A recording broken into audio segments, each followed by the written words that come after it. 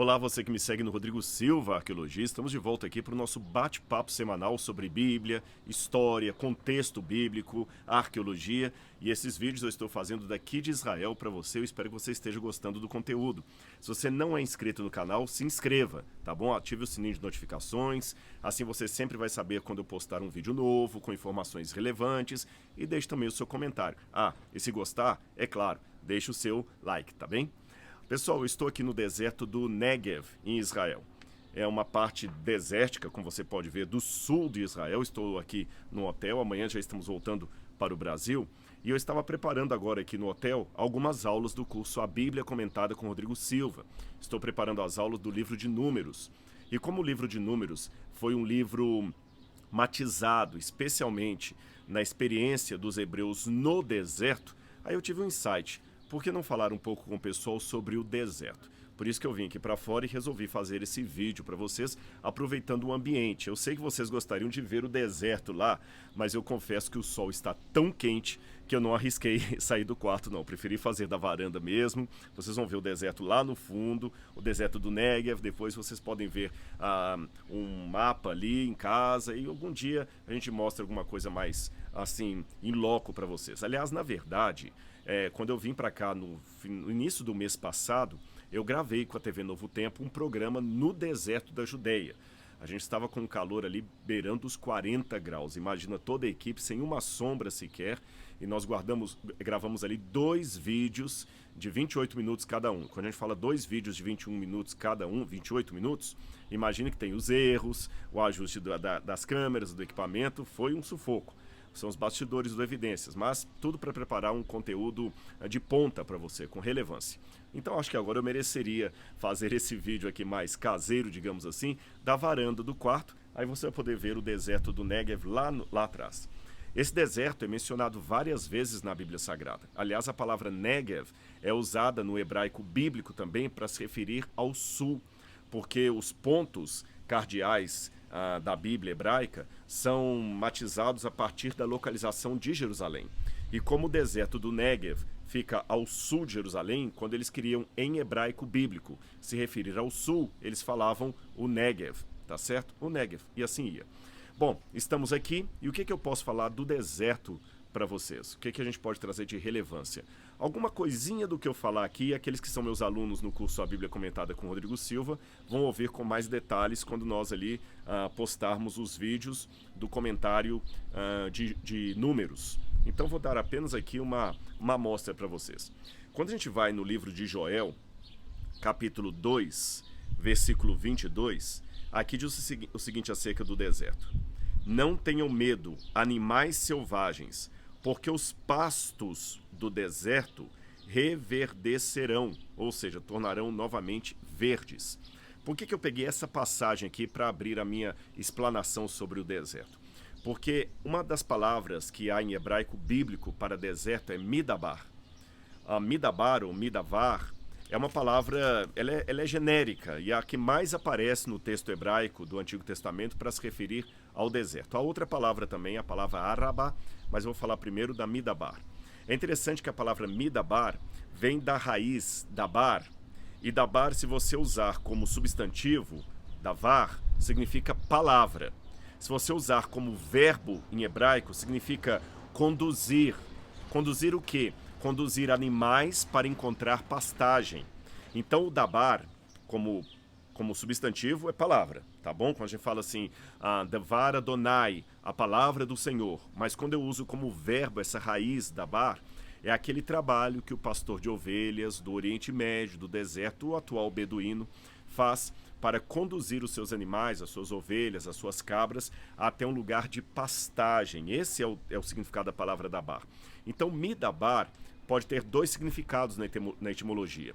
Pode ser algo como vindo da palavra, porque mi seria a preposição vindo da palavra, ou pode ter relação também com o verbo conduzir ovelhas para um lugar árido a fim de encontrar pastagem. E este é um significado que tem todo um tratamento poético e também teológico por detrás dele. Ou seja, o deserto é visto na cultura bíblica, na cultura daqui do Oriente Médio, desde os tempos antigos, como um lugar de provação, de escassez, mas também de segurança, caso você esteja sob a tutela de alguém experiente, como um beduíno, para falar dos tempos atuais, ou um pastor de ovelhas nos tempos da Bíblia Sagrada. Aí você vê que Davi, que andou pelos desertos aqui de Israel, como por exemplo o deserto da Judeia, o deserto ali do En-Ged, Davi certamente sabia onde conduzir as suas ovelhas para encontrar pastagem. Por isso que certa vez ele, pensando sobre a confiança que as ovelhas tinham em relação a si mesmo, demonstrando também a confiança que ele deveria ter em relação a Deus, ele falou: o Senhor é o meu pastor, de nada terei falta. Ele me conduz por pastos verdejantes até as águas de descanso, ele refrigera minha alma. Ou seja, tudo que eu faço por esses animais, o Senhor faz de maneira muito mais perfeita por mim. E você pode falar assim: Rodrigo, mas pastagem no deserto? Deserto não é deserto? Bom, nós temos dois tipos de desertos na Bíblia, duas palavras para deserto. Daqui a pouco eu vou mostrar para vocês um verso que trata das duas. Eu já falei delas aqui. A primeira é Midabar, que eu falei que é a mais comum, e você tem também a palavra Arabá. A Midabar é um deserto genérico, mas onde você pode encontrar um pouquinho de pastagem. Pouca coisa, não pensa em pastos verdejantes como sendo aquele filme hollywoodiano de um campo assim todo verdinho, como se fosse uma grama bem plantada. Não, é um pouquinho de arbusto aqui, um pouquinho de arbusto ali. Aliás, o deserto, ele muda constantemente a paisagem dele. É por isso que quem habitava no deserto nos tempos antigos e até hoje é obrigado a ser um nômade. Um nômade. Por quê? Porque hoje você está aqui, aparece um veio d'água. A água forma um oásis ali, um pequeno lago. Geralmente, não pensa no oásis também como aquela forma de desenho animado, um lugar com a palmeira, um laguinho, e o sujeito vindo cansado lá e bebendo aquela água refrescante, quase com um refrigerador ali, com água gelada. Não, não é assim. O oásis do deserto, o verdadeiro oásis, é às vezes um poço que se faz ali, uma poça d'água lamacenta de um veio de água que brota ali, e os pastores ficam com as ovelhas ali naquela água barrenta. Poucas vezes você tem uma água permanente. Por exemplo, a fonte do En-Ged, que eu mencionei para vocês, é uma fonte perene. Ela fica durante todos os meses do ano no deserto da Judeia. O En-Ged você tem água direta. Aí é uma água cristalina mesmo.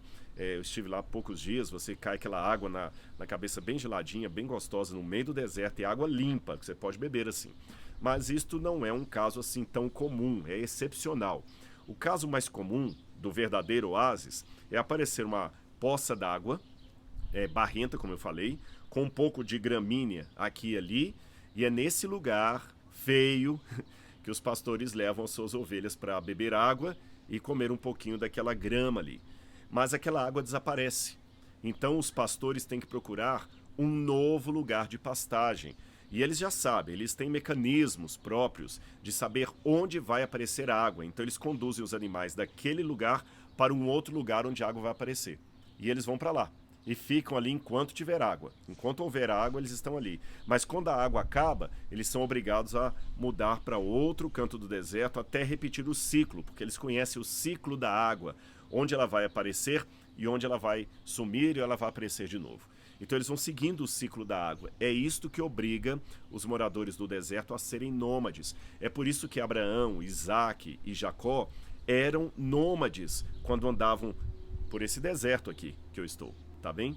Então você entendeu agora o porquê do nomadismo em relação ao deserto. E essas pastagens que brotam, que aqui a Bíblia até fala, né? Porque os pastos do deserto reverdecerão. Os pastos do deserto, então, não é necessariamente aquele pasto que você está acostumado a ver lá no estado de Minas Gerais, aquele monte de verde bonito com o gado comendo. Não é bem assim, tá certo? Aliás, uma coisa que eu já estava esquecendo de dizer, o deserto, lembra que eu falei que a palavra dabar ou davar pode ser palavra como substantivo, ou pode ser condução de animais em busca de água no deserto, se for pelo verbo? Quando você fala em hebraico, falar, é medaber. Ani medaber ivrit. Eu falo hebraico. Medaber. Medaber vem da mesma raiz de midavar, de deserto. Eu me lembro que uma vez eu perguntei aqui em Israel para um rabino, por que vocês chamam deserto por uma palavra que lembra o termo palavra em hebraico? E ele me deu uma resposta que nunca mais eu esqueci. Ele falou: Rodrigo, porque o deserto é o único lugar silencioso bastante para ouvirmos a palavra de Deus. E às vezes na vida nós precisamos atravessar um deserto para encontrar com Deus, com a vida, quem sabe com o nosso próprio ser, com a nossa própria alma, que muitas vezes nós estamos assim um pouco alijados de nós mesmos, de Deus e da realidade, e Deus então nos leva para o deserto. É por isso que na Bíblia você vai encontrar diversas situações em que, quando alguém estava sendo preparado por Deus para uma grande missão, esta pessoa era conduzida a um deserto. Quer que eu dê alguns exemplos para você? Então vamos lá. Moisés, antes de tirar o povo de Israel do Egito, ele passou 40 anos no deserto. Lembra disso? O povo de Israel, antes de entrar na terra da promessa, é o assunto que eu estou preparando lá do curso, sobre o livro de Números, esse povo tinha que passar pelo deserto, 40 anos no deserto. Não deveriam ser necessariamente 40 anos, mas você quer saber por que poucos dias viraram 40 anos, então faça o curso que eu vou explicar mais detalhes lá. Outro exemplo que eu posso dar, o profeta Elias. Ele, quando estava fugindo de Jezabel, numa angústia profunda, quem sabe até numa crise de depressão, crise depressiva, Elias foi para o deserto do Sinai. Outro exemplo que eu posso dar, o apóstolo Paulo. Quando ele foi pregar o cristianismo, ele se converteu e foi pregar, ele passou primeiro 3 anos e meio no deserto da Arábia. A igreja de Apocalipse, capítulo 12, simbolizada por uma mulher vestida de sol, ela também passa 1260 dias no deserto. Lê lá no Apocalipse. E o exemplo maior que eu poderia dar, o maior, superior a todos, é o do próprio Jesus de Nazaré, o Senhor Jesus. Ele, quando foi batizado por João no Rio Jordão, ele saiu e passou 40 dias no deserto se preparando para a sua missão. Então o deserto é um lugar de provação, privação, mas ao mesmo tempo de reencontro e preparação para uma grande missão que Deus está dando. Então, se eu posso até adiantar um pouco a parte final desse vídeo, eu digo para você: se você está passando por um deserto, fique tranquilo. Se você está passando com Deus, é porque Ele está preparando você, quem sabe, para uma grande missão. Eu vou ler para vocês agora algumas passagens do livro de Isaías, tá bem? Eu vou começar com Isaías. Isaías fala muito sobre o deserto. Na verdade, daria quase para escrever um livro inteiro sobre isso. Eu vou ler Isaías capítulo 35, versículo 1, onde aparecem aquelas duas palavras hebraicas para deserto que eu falei para vocês, a palavra Midabar e a palavra Arabá.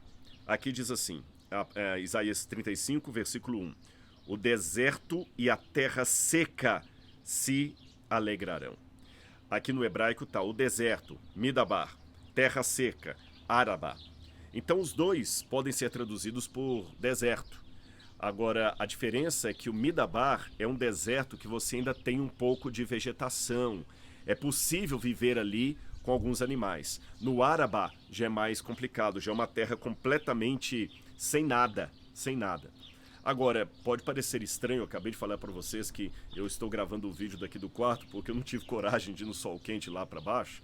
Mas muitas pessoas acabam vivendo no deserto e se acostumam. Você sabe que o organismo humano se adapta.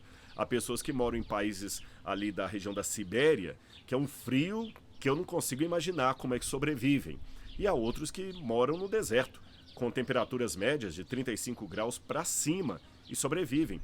Então havia, sim, vilas e vilarejos no deserto desde a época da Bíblia Sagrada. Eu vou ler mais outro trecho de Isaías para vocês, Isaías 42, versículo 11. Deixa eu ver se é o 11 mesmo. 42, versículo 11. Diz assim, olha: ergam a voz no deserto e as suas cidades e as aldeias habitadas por Quedar. Quedar era um povo nômade da região da Jordânia. E aqui a Bíblia fala: ergam a voz o deserto e as suas cidades. Exultem os que habitam em Selá. Selá também hoje é a parte da Jordânia. Sabe onde é Selá hoje? Você já ouviu falar de Petra? Pois é, Petra, capital dos nabateus, é a cidade de Sela. Há até uma profecia no livro de Isaías sobre Petra, que Petra viraria um lugar desabitado. Depois você pode conhecer mais sobre essa profecia. Então o deserto também tinha moradores.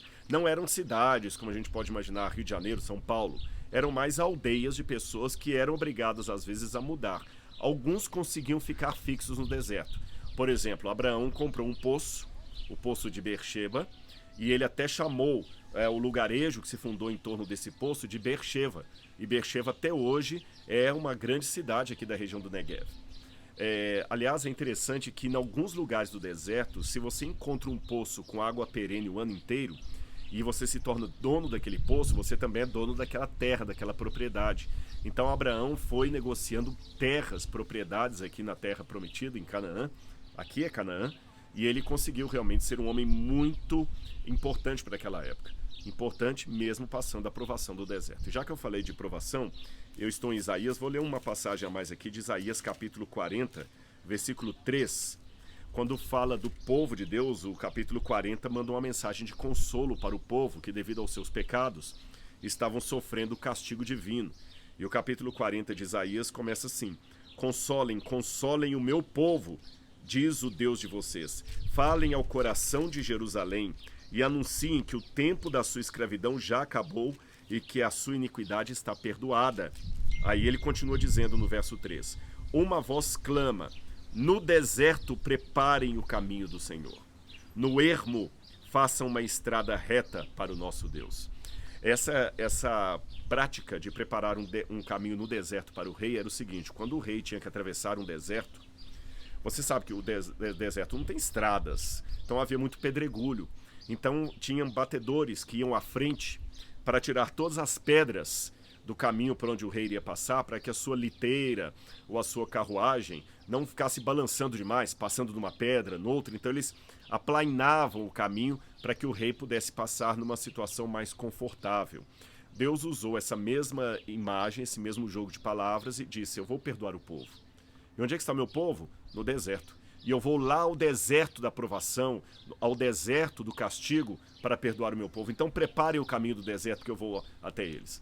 Então imagine para alguém que morava numa dessas cidades do deserto, como Beersheba, receber o anúncio de um arauto: olhem, preparem o caminho porque o rei está chegando. Então, se o rei está indo pelo deserto, ele vai para encontrar o povo que está no deserto. Aí no Novo Testamento, João Batista, também usando o mesmo jogo de imagens e palavras, aparece no deserto pregando, no deserto da Judeia. E quando eles perguntam: quem é você, João Batista? Ele fala assim: eu sou a voz que clama no deserto. Aliás, deserto não é só o lugar da provação e do castigo, como eu mencionei aqui em Isaías 40, mas o deserto também é o lugar das nações sem Deus. Veja o que está em Isaías capítulo 32, versículo 15. Isto será assim: até que se derrame sobre nós o Espírito lá do alto, só então o deserto se tornará um pomar. Ou seja, enquanto o Espírito Santo não é derramado do alto, o lugar onde estamos é um deserto sem Deus. E para terminar, eu quero falar também do deserto como lugar de perseguição. Isaías capítulo 27, Isaías 27, versículo 10. Deixa eu ver se é isso mesmo aqui. Isaías 27, versículo 10. Tá certo, é isso mesmo. Porque a cidade fortificada está solitária, e a habitação desamparada e abandonada como um deserto. Aqui Isaías está falando justamente sobre a perseguição que o povo de Deus sofreu e comparou a cidade fortificada, que agora estava solitária, e a habitação desamparada, e ela se tornou como um deserto. Ou seja, se você está sofrendo perseguição, é porque você está no deserto, mas Deus vai te tirar daí. Se você está sofrendo provação, como Jesus, você está passando por um deserto, sendo tentado pelo diabo, mas é porque Deus tem um grande plano através de você. Se você está, quem sabe, no deserto como Elias, para ter um reencontro com verdades que você esqueceu, calma. Deus é um bom beduíno, se eu posso comparar assim. Deus conhece o deserto da sua vida melhor do que você. Uma coisa eu sei, mesmo vindo quase 40 vezes aqui para a terra de Israel, se me soltarem no deserto aqui, eu estou perdido, porque eu não sei nem onde achar água. Mas se eu estiver com um beduíno de confiança, aí eu estou bem, porque o beduíno sabe onde achar água, ele sabe andar pelo deserto, até pelas dunas, até as dunas ele conhece. Mesmo que a duna se modifique, você pode soltar um beduíno no deserto, se ele conhece a região, que sem um GPS, sem um Waze, sem nada, sem uma bússola, ele sabe onde está e para onde ir. Então, se eu estiver em companhia de alguém assim, eu estou em boa companhia.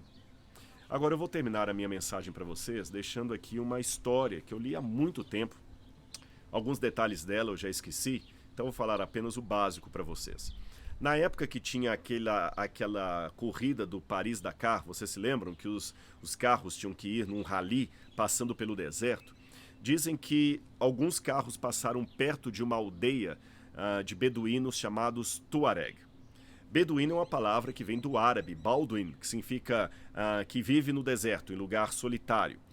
E os Tuareg é uma palavra que num dialeto árabe significa os esquecidos, esquecidos de Deus. Alguns calculam que existem no mundo cerca de 3 milhões de tuaregs, mas eu já vi também uma fonte dizendo que são 500 mil e que cada ano eles estão diminuindo e desaparecendo. Há tuaregs em Israel, há tuareg na Jordânia, há tuareg no Líbano, em vários lugares. Eles estão espalhados por aí. Eles não têm pátria, são pessoas esquecidas. E quando o Paris-Dakar passou perto de uma tribo de tuaregs, alguém, porque o beduíno ajudou, deu água, ele deu um livro para um garotinho dali. E aquele garoto ficou tão impressionado que ele começou por conta própria a juntar as letras e aprender a ler no livro. Aquela história daquele garotinho beduíno, analfabeto, mas que aprendeu a ler sozinho, juntando as letras ali, correu o mundo e uma ONG acabou apadrinhando esse menino e levando-o para estudar na França.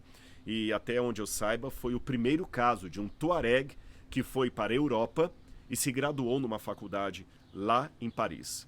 E certa vez um jornal francês estava entrevistando esse beduíno, que agora já era um homem culto, e o jornalista fez várias perguntas para ele sobre como era a vida nômade no deserto, aquela coisa toda, se ele tinha saudade, e perguntou para ele assim, quais foram as suas principais dificuldades ao vir para Paris? Você nunca tinha saído do deserto? Você não conhecia outra realidade? Aí ele começou a falar, a primeira dificuldade foi no avião. Primeiro por causa do barulho do motor, que era ensurdecedor. É mesmo, sim, vocês não sabem quão barulhenta é a civilização de vocês, dizia aquele jovem beduíno. O deserto é silencioso, mas é um silêncio gostoso que dá para ouvir até a palpitação do próprio coração. O deserto é um lugar onde você pode ouvir os seus pensamentos. Aqui eu não consigo nem pensar, é muito barulho, vocês vivem sob muito barulho. E outra coisa que eu assustei foi quando o avião desceu, todo mundo desesperado para levantar, para tirar a mala, para sair correndo. Eu não entendi, alguns saíram correndo do avião, eu saí correndo também, mas eu não entendi porque estavam todos correndo. Aí ele falou, por quê? Não, porque, não sei por que eles corriam. Ele falou, talvez porque estavam atrasados, vocês não ficam atrasados lá na tribo de vocês. Ele falou, não, atraso. Na verdade, algumas palavras que eu aprendi em francês, a gente nem tem no meu idioma. A gente não tem essa palavra atraso, pressa, não existem essas palavras. E vocês nunca correm lá? Perguntou o jornalista. Ele falou, nós corremos. Se vier uma tempestade de areia, algum animal correndo atrás, a gente corre para salvar a vida. Não há outro motivo para correr. Aqui vocês correm o tempo todo. Mas vocês lá não ficam com o dia cheio? Não é solitária a vida? Não. O tempo lá a gente consegue perceber. Aqui a gente não percebe o tempo. Porque tudo é rápido demais. Aí o jornalista, depois da entrevista, falou assim, o que eu aprendi com esse jovem é que nós, aqui na França, podemos ter o relógio, mas quem tem o tempo são eles. Esta é a sabedoria que vem do deserto. Esta é a sabedoria que está atrás de mim, naquelas pedras, naquele lugar ali inóspito que você está vendo, e esta sabedoria também está por detrás de muitos emblemas, imagens, expressões e palavras que aparecem na Bíblia Sagrada. Você está atravessando o deserto da sua vida? Fique tranquilo. Se você estiver com Deus, Ele vai tirar você dessa e vai preparar você para uma grande missão, como aconteceu com Paulo, com Moisés, com Elias e com Jesus. Um grande abraço e até o nosso próximo vídeo. Tchau, tchau.